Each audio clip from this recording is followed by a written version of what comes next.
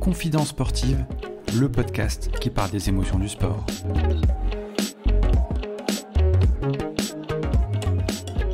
Athlète français spécialisé du sprint, surnommé l'éclair blanc, il est le détenteur actuel du record de France du 200 mètres, réalisé en 19 secondes 80. En 2010, à Barcelone, il devient le premier sprinter à remporter les titres du 100, 200 et 4 fois 100 mètres pendant les mêmes championnats d'Europe. Ce sprinter est également médaillé olympique lors des Jeux olympiques de Londres et de Rio en 2012 et 2016. Il a pour objectif évidemment de participer aux Jeux de Paris 2024. J'ai nommé Christophe Lemaître. Comment ça va, Christophe ? Ça va nickel, merci. Merci d'avoir accepté l'invitation du podcast Confidence sportive. C'est un podcast qui retrace les émotions du sport. On va revenir sur ton parcours. Je crois savoir que tes tout premiers souvenirs remontent à ta région d'origine et ta ville, plus particulièrement à Annecy. Alors, je suis né à Annecy, effectivement. Après, j'ai pas vraiment connu Annecy parce que j'ai déménagé à l'âge de mes 2 ans. J'étais dans un petit village dans l'Ain après. Ensuite, mes premiers souvenirs sont liés à mon enfance dans les années 90. J'ai vécu à la télé le premier titre de champion du monde de foot en 98. J'ai vu aussi beaucoup de matchs de l'équipe de France de hand avec l'époque des Parjot, comme avec Richardson et consorts. Et parce que mes frères étaient un peu dans le hand aussi et ses amis aussi, et donc je suivais un peu ça, je dirais pas par défaut, mais parce que j'aimais bien le sport, mais j'aimais regarder ça, et du coup c'est mes premiers souvenirs liés au sport, et même au sport de haut niveau même. Par rapport à tout ça, est-ce que tu as eu envie de tester le handball par la suite ? Totalement, c'est le premier sport que j'ai testé d'ailleurs quand j'étais gamin, quand j'étais en primaire. Ensuite, j'ai essayé d'autres sports, du foot, du rugby, puis l'athlétisme et le sprint plus particulièrement à l'âge de 15 ans. Par rapport justement à l'athlétisme, tu as d'abord testé des disciplines collectives, puis donc du coup l'athlétisme qui est une discipline plutôt individuelle. Comment tu as découvert ce sport ? Alors, c'était dans l'objectif, c'était surtout un souhait de mes parents de toujours faire quelque chose à côté de l'école, de ne pas faire juste les cours, pas après rentrer chez soi et rien faire de spécial. Donc, ils ont voulu que je fasse une activité à côté de la période scolaire, après les cours. Et donc, ma mère qui recherchait un sport à cette époque-là, à 15 ans, s'est renseigné pour savoir si c'est un club d'athlétisme dans le coin, parce que j'avais beaucoup de remarques de mes anciens coéquipiers, entraîneurs et même à l'école, comme quoi je courais vite, plus vite que les autres. Et donc on s'est dit tiens, on va faire quelque chose qui va me permettre de faire que de ça, que de courir vite, on va dire. Et du coup il y avait un club juste à côté dans une ville à côté de chez nous, où ils faisaient des tests sur 50 mètres en start, sur un ski talent en gravier, où pendant cette fête du sport, ils faisaient découvrir le club et l'athlétisme. Donc j'ai essayé. J'ai fait une première fois. L'entraîneur m'a demandé, de l'époque, Jean-Pierre Nair, m'a demandé de recommencer. Ce que j'ai fait, il m'a dit que il était impressionné par ce que j'avais fait, parce que j'ai fait le meilleur chrono, toutes catégories confondues, parmi toutes les personnes qui ont testé le 50 mètres. J'avais même battu le chrono de référence qui a été fait par un futur coéquipier de club, Pierre-Alexis Pessonneau, qui avait fait un petit temps de référence. Il n'avait pas couru à fond, évidemment, mais c'était juste pour donner une ordre d'idée. Et du coup, il m'a dit de me mettre au sprint parce que j'avais des qualités. Et après avoir rejoint ce club-là, j'ai essayé, puis ça m'a plu. Et depuis, j'ai plus jamais lâché ce sport. Donc ça veut dire que tu avais des aptitudes particulières. Et quand tu dis que tu as fait ce temps de référence, c'était à l'entraînement ? Non, c'était pendant ces tests-là, justement, cette découverte du 50 mètres comme j'ai dit, sur une petite allée en gravier avec des starts. Et c'est comme ça que mon premier coach a détecté, on va dire, mon potentiel pour le sprint. Ok. Et par rapport à l'athlétisme, tu avais déjà regardé de l'athlétisme à la télé, ou c'était vraiment de la découverte par rapport au sport qu'on peut tous découvrir quand on fait du sport à l'école ? Alors, mes seuls liens avec l'athlétisme étaient quand je faisais à l'école pendant les cours de sport. Mais sinon, je connaissais rien du tout. Je connaissais pas les sportifs de l'époque, les performances, et encore du monde, etc. Je connaissais rien de tout ça. C'était vraiment un univers totalement inconnu, dont je connaissais rien. Et c'était, on va dire, la découverte sur le tas en même temps que les entraînements et les compétitions en sprint. Donc une belle découverte. Et très rapidement, tu prends le pli avec des compétitions. Champion de France du 60 mètres, champion du monde junior sur 200 mètres. Comment t'expliques cette ascension fulgurante? Est-ce que c'était aussi de l'insouciance? Est-ce que c'était de prendre du plaisir et t'aimais ça?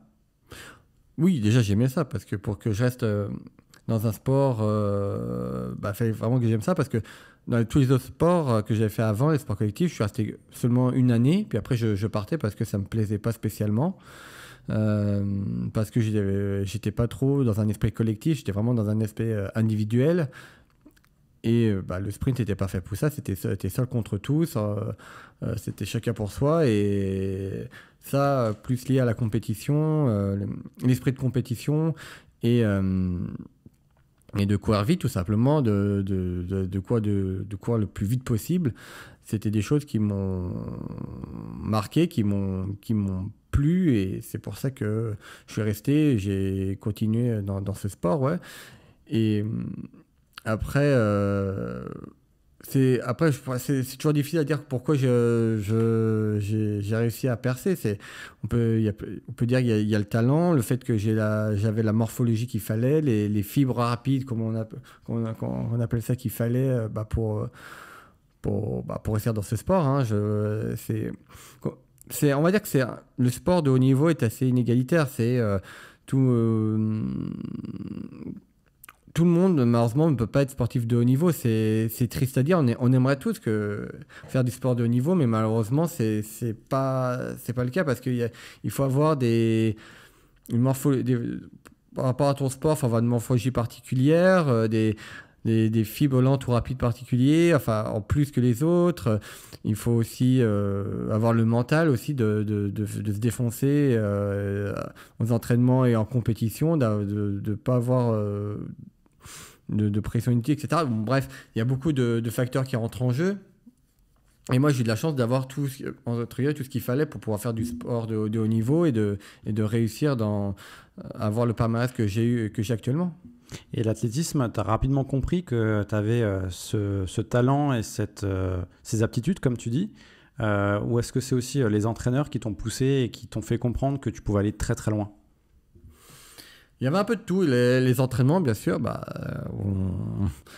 je dirais quelque chose d'un peu bateau, mais sans entraînement, le talent ne sert pas à grand-chose, donc il faut bosser forcément. Les entraîneurs avaient très bien compris que j'avais des qualités. C'est pour ça que dès la première fois qu'il m'a vu, mon premier entraîneur m'a dit que j'avais des capacités et que c'était bien que je me mette au sprint. Mon deuxième entraîneur, Pierre Carraz, avait vu la même chose et il savait que j'avais des prédispositions pour ça et il m'a entraîné dans ce sens-là.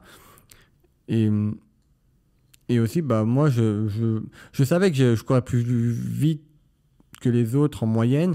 Après, se dire, de savoir jusqu'où je pouvais aller, pour moi, je me suis jamais posé la question en fait. Hein. Moi, tout ce que je voulais, c'était de continuer à aller de plus en plus vite, d'essayer de battre mes records à chaque compétition, à chaque championnat, avoir la médaille que je voulais. Et ça me suffisait, quoi. C'était mes moteurs et ça m'a permis, ça me suffisait pour arriver là où j'en suis actuellement. Justement, tu as parlé de Pierre Carraz, qui était ton entraîneur. On parle souvent de rencontres déterminantes dans une carrière, surtout de sportifs de haut niveau. Cette rencontre-là et cette relation, tu en gardes quel souvenir? Elle a sans doute forcément beaucoup compté pour toi?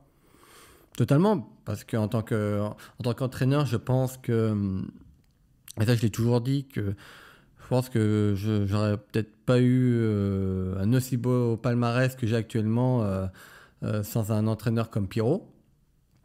Je pense que j'ai eu de la chance d'être bien tombé parce que il avait vraiment cette connaissance du sport. C'était un passionné. Il entraînait, il a entraîné pendant 40, 50 ans. Et donc, il avait une expérience folle.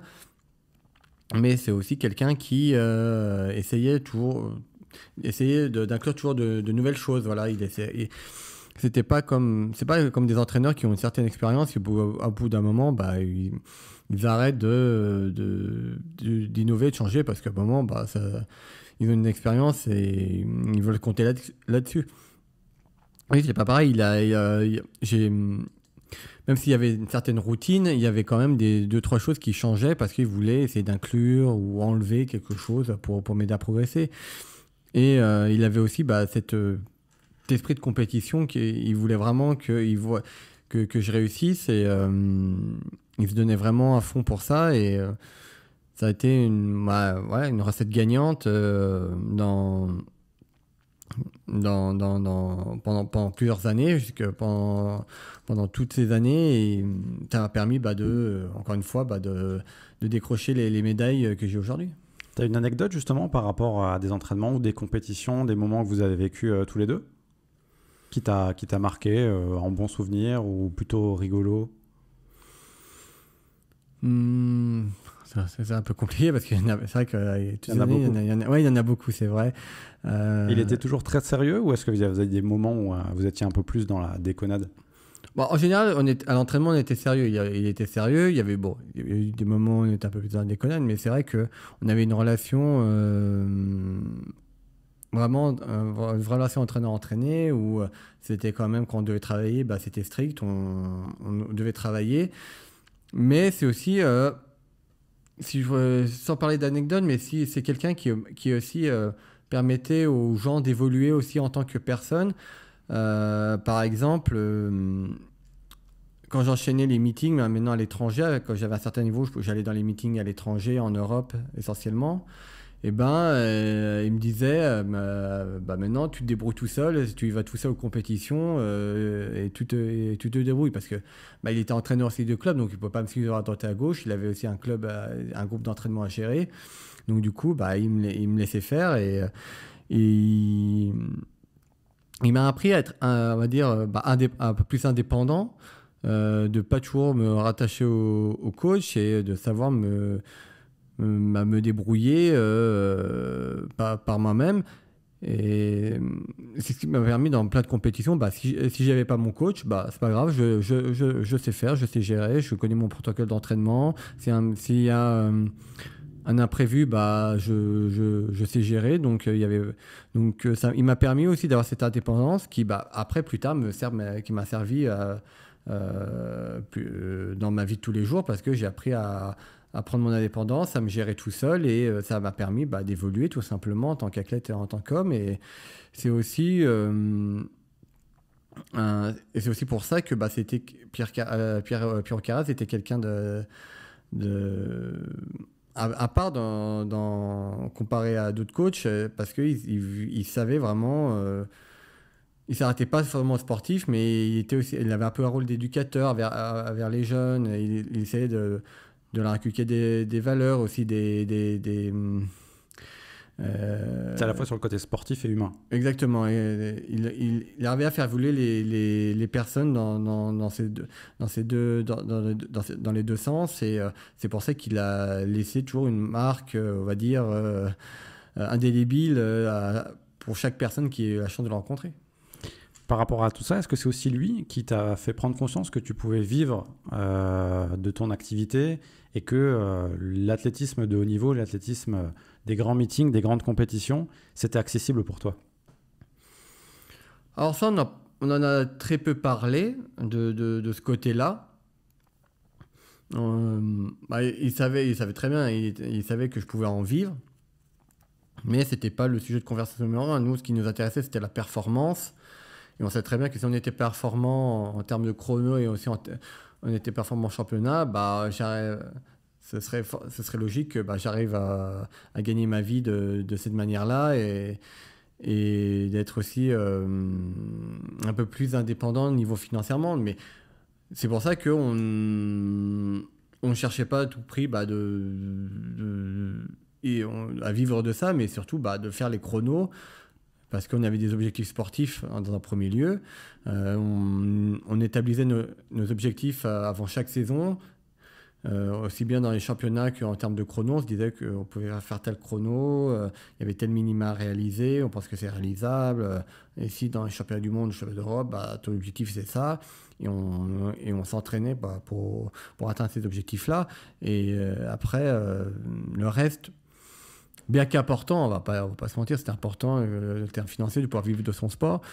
Ça arrivait en second plan parce que ce qui nous intéresse en premier lieu, on ne courait pas pour ça, on courait d'abord pour les objectifs qu'on s'était fixés sur la saison qui allait venir. Les Jeux Olympiques, c'est rapidement devenu un objectif pour toi. Ces premiers Jeux, comment tu les as vécus ? C'est un peu mitigé parce que aux Jeux de Londres en 2012, j'avais clairement un objectif de médaille individuelle et je suis passé à côté. Malheureusement, j'ai fait que 6e. Mais c'était aussi un bon moment parce que c'était mes premiers Jeux. J'ai vu un stade plein H24, que ce soit le matin pour les qualifs du lancer de poids, par exemple, ou jusqu'au soir avec l'ambiance qu'il y avait dans les grandes finales, surtout de courses de 100 mètres, 200 mètres. Et aussi la chance d'assister à une cérémonie de clôture de Jeux Olympiques. Donc il y a eu des souvenirs divers et variés. Mais au moins, c'est quelque chose qui marque quand même, hein, que c'est tes premiers Jeux et forcément ça te marque quand même dans ta carrière sportive. Est-ce que tu as senti aussi de la pression par rapport à ça ? Comment tu l'expliques ? Ou est-ce que c'était aussi que c'était une des finales et des séries qui étaient très relevées par rapport aux compétiteurs ? Comment tu l'analyses tout ça ? J'avais pas spécialement plus de pression, en tout cas plus de pression, on va dire, négative que d'habitude. Il y avait de l'excitation, j'avais hâte comme d'habitude, hâte de commencer mon championnat, enfin plutôt mes Jeux. La série s'était bien passée, je gagne ma série assez tranquillement en gérant.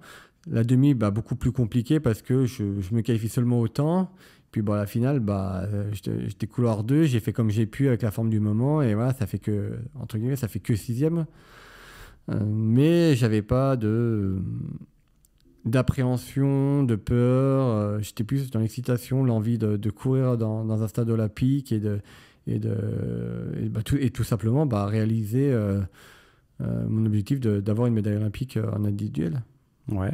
Et par la suite, il y a aussi donc l'individuel, mais il y a aussi le collectif avec la médaille en relais, 4 fois 100 mètres. Quel souvenir tu gardes de tout ça ? On n'a pas vraiment de souvenir. Enfin, dans le début, on a un souvenir, on va dire triste, parce que sur le moment, on passe aussi à côté de notre finale. On finit que 4e. Et il a fallu attendre plusieurs années et suite au déclassement des États-Unis pour dopage de l'un de leurs membres, pour avoir la médaille en bronze. Mais à l'époque, les Jeux de Londres, c'était déjà loin pour nous. Et on était déjà passé à autre chose. Et de recevoir une médaille pendant le meeting d'Amonique de Paris, c'était pas la même saveur que vivre sur le jour J avec le tour d'honneur qu'on aurait pu faire, la remise avec la cérémonie protocolaire sur le podium olympique. C'est pas du tout pareil. Donc voilà, c'est des choses totalement différentes qu'on aurait voulu vivre pendant ces Jeux-là, mais qu'on n'a pas pu, et ça nous a empêché d'avoir des bons souvenirs par rapport à cette médaille-là. C'est plus de la frustration, de la colère, de l'incompréhension, de la déception ? Un mix de tout ça ? Il y a un peu de tout, oui. Il y avait la déception d'être passé à côté de la finale, où on avait clairement nos chances d'être sur la boîte. Un peu de dépit aussi de récupérer cette médaille à cause du dopage, encore une fois. Moi, c'était la première fois, mais on va dire dans l'histoire du sport, je pense que récupérer des médailles sur dopage, c'est quelque chose que c'est sûr, on est content de l'avoir, hein, mais Ça n'a pas la même saveur. ça n'a pas la même saveur et on avait envie de l'avoir sur la piste. Et puis, on avait surtout envie qu'il n'y ait pas eu de personnes dopées dans notre finale, quoi. Parce que ça gâche totalement le sport en lui-même, ça gâche le moment, ça entache beaucoup de choses et au final, on est plus triste de récupérer des fois. En fait, on a de la tristesse de récupérer de la médaille comme ça, mais en même temps, on est content de l'avoir parce que ça vient récompenser le travail et on se dit que justice finalement est faite, donc c'est pas plus mal. Par rapport à la tunique, justement, tricolore, est-ce que c'est quelque chose qui t'a ému particulièrement de représenter ton pays? Et moi, j'adorais ça. C'était les événements dans la saison que j'attendais le plus. C'était les événements avec l'équipe de France où je pouvais courir pour l'équipe et où c'était le moment que je privilégiais le plus et que j'adorais le plus, hein. Je pense aussi que c'est dans ces moments-là quasiment où j'ai fait mes meilleurs chronos parce que c'était des compétitions qui me galvanisaient encore plus que lors d'un meeting ou j'allais dire des championnats de France. Après, c'est pas forcément pareil, mais parce que le championnat de France, c'est encore quelque chose d'un peu particulier, mais en tout cas, c'est quelque chose vraiment qui me motivait encore plus et j'avais vraiment envie de réussir ma course et de gagner une montée sur la boîte quand j'étais en équipe de France et de faire rayonner l'athlétisme français quand on était au niveau international. Ta famille, tes amis, tes proches ressentaient quoi? C'était quoi les retours de te voir à la télévision briller aussi avec cette unique tricolore? Mes parents, quand on en parle, ils ont toujours été heureux et fiers de me voir réussir quand j'étais en équipe de France. Ils suivaient beaucoup de mes compétitions. Et quand c'était dans le coin, ils venaient me voir courir. Ils étaient venus justement à Berlin en 2009 pour mes premiers championnats du monde. Donc eux, ils suivent ça de manière assez assidue. Ouais, ils m'ont toujours dit, ils étaient toujours heureux et fiers de me voir en équipe de France et de me voir réussir. D'ailleurs, pour petite anecdote, je m'en souviens quand c'était après la finale de 200 mètres aux Jeux de Rio, je les avais appelés pour leur annoncer la nouvelle ou pour les avoir. Enfin, je pense qu'ils avaient dû regarder, mais je voulais quand même leur en parler. Et ils étaient restés éveillés et ils m'ont félicité. Je m'en souviens, ma mère, elle m'a dit qu'elle était tellement on va dire, heureuse et excitée qu'elle n'avait plus à dormir, donc elle était en train de repasser le linge pour se calmer. mais ouais, de toute façon, je pense que notre famille, en soi, sont toujours nos premiers supporters, quoi qu'il en soit, que ce soit dans le bon et le mauvais moment. Et de toute façon, ils m'ont toujours dit qu'ils étaient toujours derrière moi et qu'ils seraient fiers quoi que je fasse. Donc c'est toujours... on va dire c'est toujours un soutien qui ne sera jamais négligeable. Très belle anecdote en tout cas, et très marrante. En 2010, il se passe un événement un peu particulier, une médiatisation en tout cas. T'es le premier blanc, j'aime pas trop le terme, mais c'est la vérité, à descendre sous les 10 secondes aux 100 mètres à Valence, à seulement 20 ans. T'as un tourbillon médiatique qui se met en place. Qu'est-ce qui se passe à ce moment-là? Disons que on m'en avait déjà parlé avant que je le fasse. Il y avait certains médias, certains journalistes qui m'avaient parlé de cette histoire de premier blanc. J'avais déjà commencé à botter en touche, disant que ce qui m'intéressait d'abord, c'était la barrière des 10 secondes, qui était une étape pour rentrer dans le très haut niveau mondial. Après cette performance des moins de 10 secondes à Valence, c'est vrai que le tourbillon médiatique par rapport au premier blanc s'est amplifié de manière incroyable. Donc j'avais pas pris ampleur au moment où ça s'est passé. J'avais du mal à prendre conscience de l'ampleur de la chose. Et j'ai continué, j'ai tout fait pour on va dire, réfuter ça. Enfin, je peux pas la réfuter vu que c'était vrai, mais de botter en touche en disant que c'est pas quelque chose qui m'intéresse. Moi, ce qui m'intéressait, c'était passer sur moins de 10 secondes, la symbolique de cette barrière, etc. Et que je voulais vraiment rester dans le côté sportif. Et il y avait même des médias étrangers qui en avaient parlé. J'ai fait avant les Jeux de Londres, j'ai eu des interviews par rapport à ça.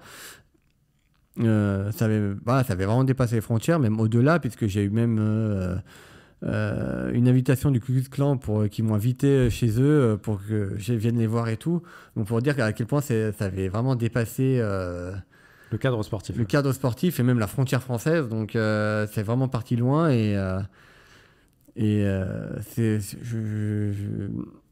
on peut encore s'étonner encore de la portée du fait qu'un homme blanc réussisse à franchir la barrière de 10 secondes de 100 mètres. Quoi. T'as l'impression que c'est quelque chose de... Un ovni. Ouais, surréaliste. C'est aussi incroyable que Jésus qui marche sur l'eau. Quoi. C'est quelque chose qu'on voit une fois dans sa vie, une fois dans l'histoire de l'humanité.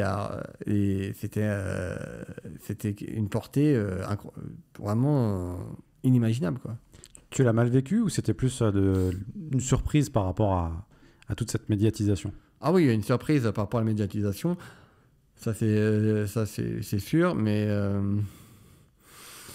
disons qu'il y avait, on va dire une lassitude là aussi à toujours répéter la même chose, comme quoi ça ne m'intéressait pas, que je m'en fichais. Moi, ce qui m'intéressait, c'était le moins de 10, le côté sportif qui était privilégié, etc., etc.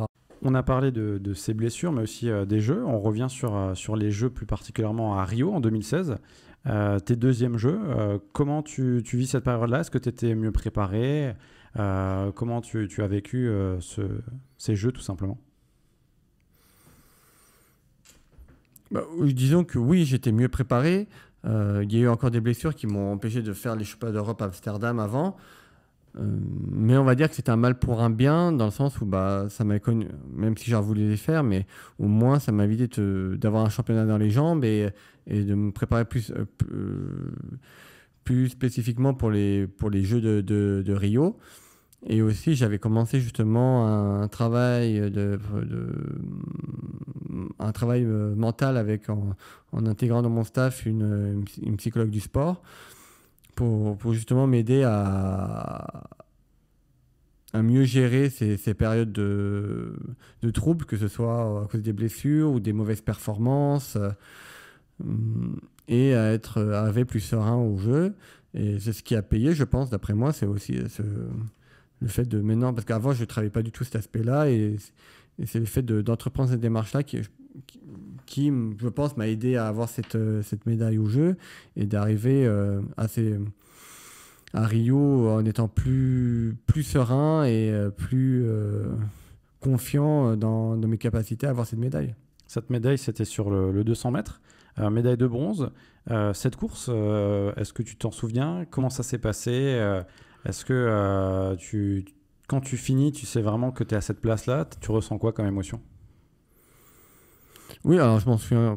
Oui, cette course, forcément, quand tu as une médaille de bronze, c'est une course dont tu te souviens toujours. Hein. En fait, je m'en souviens, j'avais un plan. Enfin, on ne peut pas vraiment avoir un plan en tête parce que c'est du sprint, donc tu vas à fond quoi qu'il arrive, du début jusqu'à la fin. Mais je m'en souviens que, on va dire, dans ma réflexion de course idéale, c'était, moi j'étais au couloir 8, si je ne dis pas de bêtises, et le but c'était de dépasser le Jean-Di Martina qui est au couloir 9 devant moi le plus vite possible et de résister à Bolt le plus longtemps possible qui était juste derrière moi.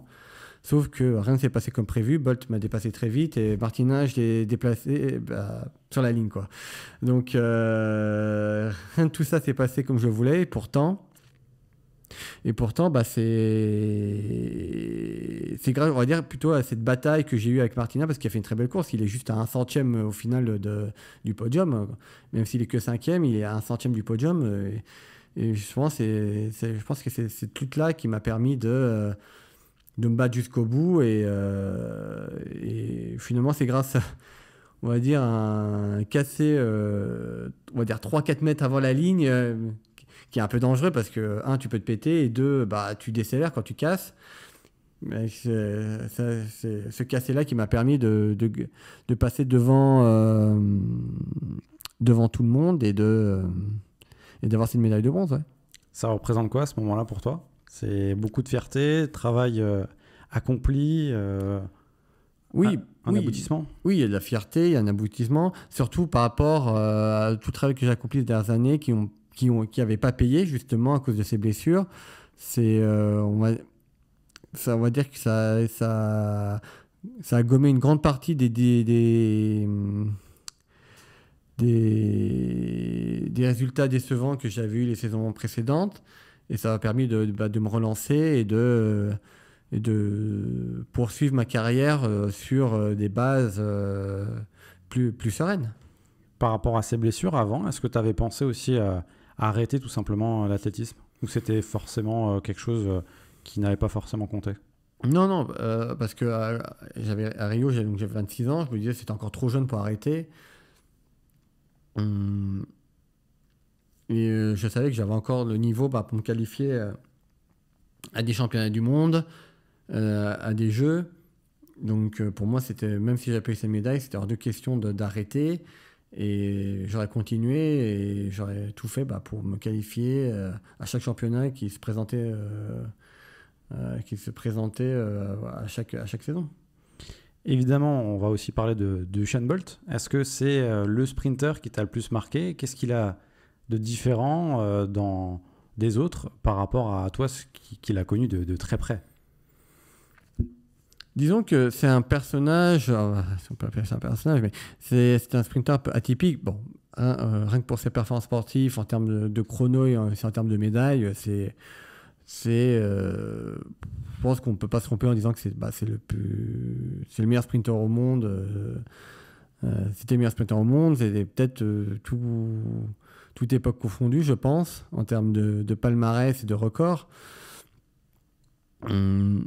Après, c'était quelqu'un qui détonnait un peu par on va dire, son attitude avant les courses, après aussi. Et on va dire que c'était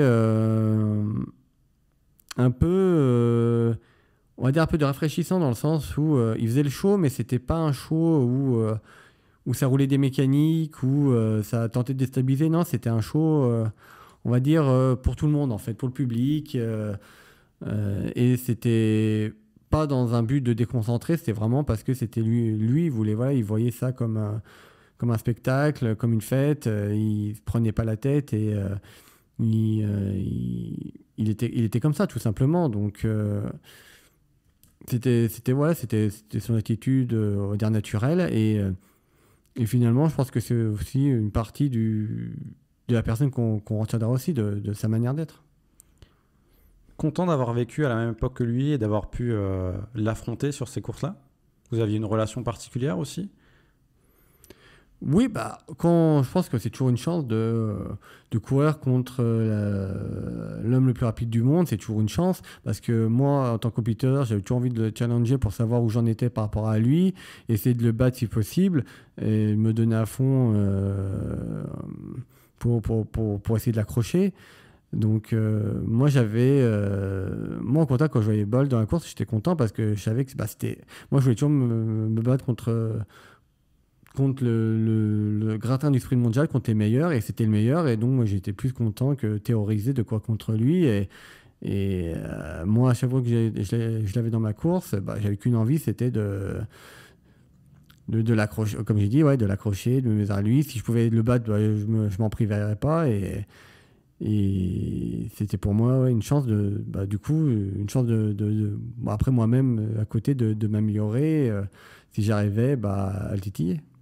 Par rapport à la suite de ta carrière, là, il y a les Jeux qui se profilent en 2024 à Paris.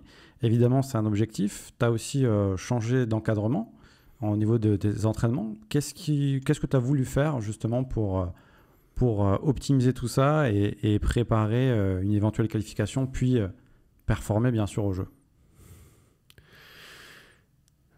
Comme j'ai dit, j'ai beaucoup changé en termes d'entraînement, en termes de staff. Donc, comme j'avais dit il y a quelques années, j'ai rajouté du staff pour travailler à la psychologie.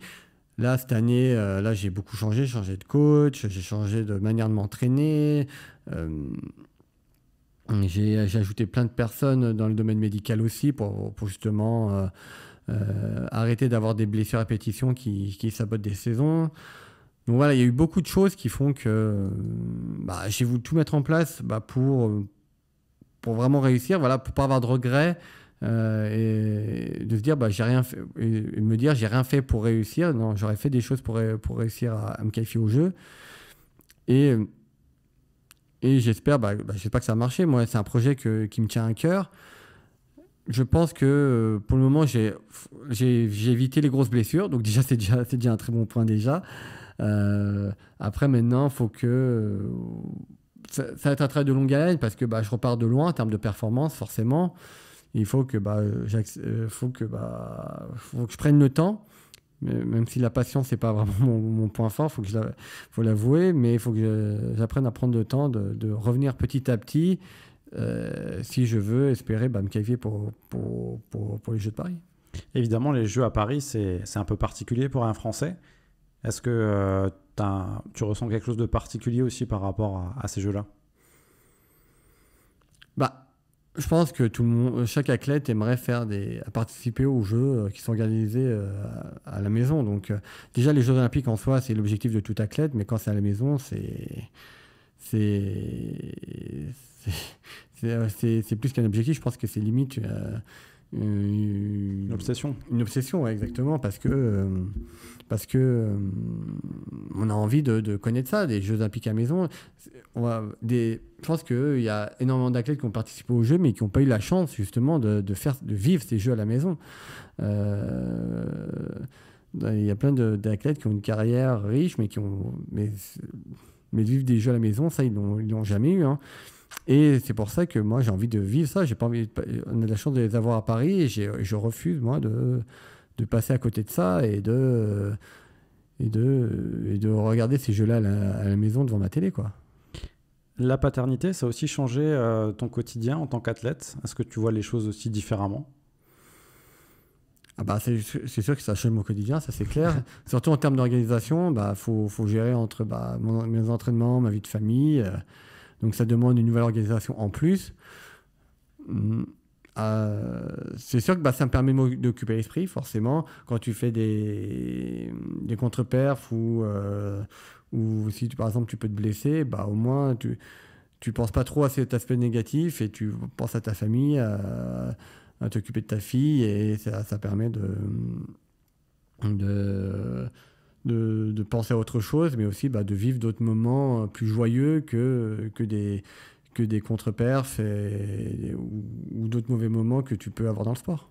Est-ce que tu savoures encore plus ces moments justement dans l'athlétisme? Ah mais totalement. Moi quand j'ai fait mes dernières compétitions où j'étais présent, j'étais content de les faire. J'étais déjà heureux de retrouver la piste parce que la saison dernière, j'ai pas fait de saison à cause de blessures. J'ai préféré pas faire de saison. Et donc là, j'étais super heureux de pouvoir recourir en compétition et de se dire des fois, maintenant, quand je vais courir, il y aura peut-être ma fille qui va pouvoir me regarder, voir les courses de son papa, et c'est sûr que ça donne une petite motivation supplémentaire, ouais. Quels sont tes objectifs sur la suite? Évidemment, il y a Paris 2024. Tu te vois courir pendant combien de temps? Est-ce que tu as un plan ou est-ce que c'est en fonction aussi de comment tu vas te sentir, bien sûr, au niveau de ton corps? Moi, je pense que je me suis pas fixé de date limite, on va dire, sur l'arrêt de ma carrière. Je pense que Paris 2024 va être déterminant dans ce choix-là, ça c'est sûr. Après, si je me sens capable de continuer à courir, surtout si je me sens capable d'aller vite, forcément je continuerai, oui. Il faut aussi, il y a la question de la motivation aussi. Si j'ai envie de continuer à m'entraîner ou si j'ai envie de faire autre chose, il y aura plein de facteurs qui vont rentrer en compte, mais je n'ai pas envie de me fixer, de dire après Paris, que je sois qualifié ou pas, point, j'arrête. Non, je préfère, parce qu'on sait maintenant qu'il y a des sprinters qui peuvent durer au-delà de 35 ans aussi, qui veulent être performants. On en a vu des exemples. Donc pour moi, j'ai envie de continuer. Et si j'ai envie de continuer, je continuerai, oui. Et l'après-carrière, est-ce que tu as pensé aussi derrière la suite? Est-ce que tu te verrais aussi passer de l'autre côté en étant entraîneur ou pas forcément rester dans le domaine du sport? Bah, il y a un peu de tout, oui. Pourquoi pas rester dans le domaine du sport. Donc après coacher, pourquoi pas. Mais après, ce serait plus dans la, on va dire, formation. Peut-être pas faire du haut niveau. C'est-à-dire entraîner plus vraiment les jeunes, Benjamin, minime, etc. Pas forcément faire du haut niveau, dans la formation. Après, peut-être pourquoi pas le haut niveau. Après, avec l'âge et l'expérience et puis si je me forme moi-même, évidemment. Après, j'ai déjà pensé aussi à faire une reconversion autre que dans le sport, ça c'est sûr, faire mes autres projets personnels. J'ai plein d'autres projets personnels que j'ai envie de faire. J'ai envie de reprendre un peu la musique, le saxo. J'ai envie de me mettre plus sérieusement aux échecs aussi, parce que je me suis mis il y a quelques temps aussi. J'ai envie de faire ça plus sérieusement. En fait, on va dire, c'est pas vraiment des projets de vie, mais c'est plus on va dire des hobbies, des désirs personnels que j'ai. Mais c'est des choses qui me tiennent à cœur et que j'ai envie après, une fois que j'ai plus de temps pour moi, vu que j'ai plus la clé, je pourrais faire ça plus tranquillement, quoi. Donc musique, jeu, je crois savoir que tu es aussi un grand fan d'Overwatch. Jeux en ligne, tu peux nous parler de ça? Oui, de toute façon, ça, les jeux vidéo en règle générale, c'est quelque chose qui m'a suivi depuis mon enfance quasiment, hein. Je joue à des jeux vidéo depuis que je suis en primaire, donc c'est quelque chose on va dire, qui fait partie de ma vie, tout simplement. Le côté gamer, c'est quelque chose qui a toujours été qui a toujours été là et qui est toujours pas parti, ouais. Tu es également ambassadeur, tu défends des causes, notamment la lutte contre le harcèlement scolaire. Tu veux passer quoi comme message par rapport à ça? C'est de protéger la nouvelle génération, de transmettre, de sensibiliser? Oui, déjà sensibiliser sur le harcèlement, pour dire vraiment que ça existe encore, malheureusement. En fait, le harcèlement, c'est un peu la loi du silence. Vu que les victimes n'en parlent pas forcément, on croit que ça n'existe pas, alors que ça existe toujours. Il y a encore eu ça a encore prouvé dernièrement avec encore des élèves, des jeunes qui ont mis fin à leur jour, malheureusement. Donc ça existe encore. Donc le but, c'est de dire que ça existe encore. Le harcèlement est toujours présent. Et de dire, quand le message principal, c'est le dialogue, c'est-à-dire d'en parler, que vous soyez victime ou témoin. Il faut en parler parce que ça peut avoir des conséquences terribles et même dramatiques dans le pire des cas. Et donc, ce n'est pas quelque chose d'anodin. Quand on va à l'école, on est là pour... on veut un environnement sain, voilà, pour apprendre, mais aussi vivre en société, apprendre à avoir des relations avec d'autres élèves, etc. On n'a pas envie que ce soit un lieu où on y va reculons parce qu'on sait qu'on va se faire harceler et que ce soit un environnement... anxiogène. Donc le but, c'est que que le dialogue soit présent et que quand on en est témoin, victime, et que ce soit tout type de personnes, que ce soit les élèves, les profs et les parents, si vous avez des informations sur le harcèlement, il faut en parler, il faut mettre en lumière ce fléau-là. Comme tu l'as dit, c'est très important de le rappeler qu'il faut en parler et pour que cela puisse avancer. On arrive quasiment au bout de l'épisode. Christophe, si tu devais croiser aujourd'hui le petit Christophe à l'âge de 10 ans, tu lui dirais quoi? Bonne question. À l'âge de 10 ans, je faisais quoi? 10 ans, c'est une bonne question, ça. Déjà, de mettre... ne pas perdre ton temps avec les autres sports, fais l'athlétisme, comme ça on gagnera du temps. Parce que c'est vrai que des fois 15 ans ça peut être tard. Moi j'ai eu de la chance que c'est marché, mais parce que j'ai toujours eu la fibre sportive, donc j'ai toujours fait du sport, donc je partais pas de zéro totalement. Mais je pense que je dis à ça, commence déjà par l'athlétisme, perds pas ton temps avec des sports co qui t'intéresseront pas, et aussi d'essayer d'être moins timide, tout simplement, essayer de t'ouvrir aux autres, et si tu es victime de harcèlement, parle-en aussi. Très important. Avant de terminer, c'est la dernière question. Ta carte blanche, quel invité tu voudrais entendre dans le podcast, sachant qu'on a eu des sportifs, des journalistes, des coachs, des dirigeants ou des personnes dans l'entourage de sportifs. Qui aimerais-tu entendre sur ces émotions dans le sport? Tu peux donner plusieurs noms d'ailleurs. Bah, vu qu'on est ici à Metz, bah, on peut. Je sais pas si vous avez eu Quentin Bigot. Non, pas encore. Parce que lui, bah, il a un gros palmarès aussi, il est du coin, donc, et surtout qu'il a vécu beaucoup de choses aussi. Donc, avec son coach Pierre-Jean Vazel aussi, qui est intéressant, qui est une bible de l'athlétisme pour moi, donc il a beaucoup de choses à dire. Voilà, je pense que pour les locales, ce serait intéressant. Et sinon, qui c'est que... T'as des modèles ou des inspirations? Alors, pour être honnête, non, parce que moi, j'ai jamais été quelque chose d'avoir des modèles ou des gens qui m'inspirent. Enfin, des gens qui m'inspirent, oui, mais des modèles, non, parce que j'ai jamais été vraiment dans ce type de je voudrais être comme lui, c'est trop bien ce qu'il fait, j'aimerais trop faire comme lui et tout. Alors en vérité, on ne sera jamais comme la personne qu'on est fan. On n'aura peut-être jamais le même vécu, on ne sera jamais totalement comme lui. Donc pour moi, c'était quelque chose qui était totalement, je dirais pas stupide parce que je peux comprendre le truc, mais qui était. C'était pas toi. C'était pas moi. Voilà, moi, je pouvais respecter la personne, ce qu'il faisait, être fan de ce qu'il faisait, mais de pas vouloir voilà, vraiment à tout faire pour être comme lui, voilà, dire je veux tout faire pour le ressembler, etc. quoi. Top.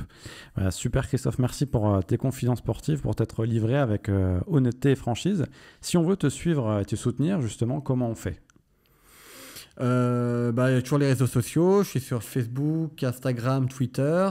Et donc, vous pouvez suivre un peu tout ce que je fais, mes ressentis après les compétitions, quand je pars en stage, etc. Et puis voir des vidéos de mes entraînements, des départs, etc. Et puis bien sûr te soutenir sur les meetings à l'étranger ou en France si on peut se déplacer et venir en tribune. Oui, bien sûr. Si vous pouvez venir dans les meetings en France où je serai présent, vous êtes le bienvenu. Mais pas que pour voir moi, mais aussi tous les autres athlètes, tous les athlètes français. Et puis, bien sûr, si vous pouvez suivre l'athlétisme à l'étranger, soit sur les réseaux ou autre, n'hésitez pas à redécouvrir ce sport et aussi encourager les Français qui sont à l'étranger, bien sûr. Le rendez-vous est pris. Christophe, j'espère que tu as passé un bon moment. Très bien, oui. C'était un grand plaisir de t'avoir en tout cas sur l'épisode, sur le podcast. On aura d'autres invités prochainement. On va parler de basket, on va parler de football également. Donc on donne rendez-vous aux auditeurs très prochainement sur le podcast. À bientôt. À bientôt.